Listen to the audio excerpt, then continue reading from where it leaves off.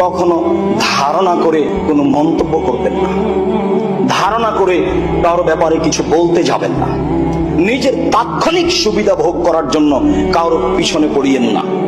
তার কতটুকু ক্ষতি হবে সেইটা পরে, আপনার কতটুকু ক্ষতি হবে সেইটা আগে।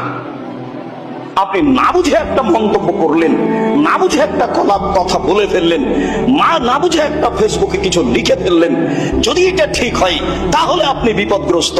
সেটা যদি বদনাম হয় তাহলে তার বাঁচা যাবে না, তার হাতে ক্ষমা ছাড়া বিচারের মাঠে আর ক্ষমা হবে না। আর সেটা যদি অপবাদ হয় তাহলে 40 লাঠি না মারা পর্যন্ত আপনি দুনিয়াতেই পবিত্র হবেন না, পরকাল কি হবে সেটা পরে। খুব কঠিন ব্যাপার, যার কারণে আল্লাহ তাআলা বলছেন কখনো যে বিষয়ে তোমার কিছু জানা নাই সেই বিষয়ের পিছনে পড়ো না। সম্মানিত দিনী ভাই বোন, পৃথিবীর সকল দিনী ভাই বোনকে আমি নাসিহাতের ক্ষেত্রে জোরালো ভাবে বলতে যাচ্ছি, ভুলেও কাজ করতে যায়েন না।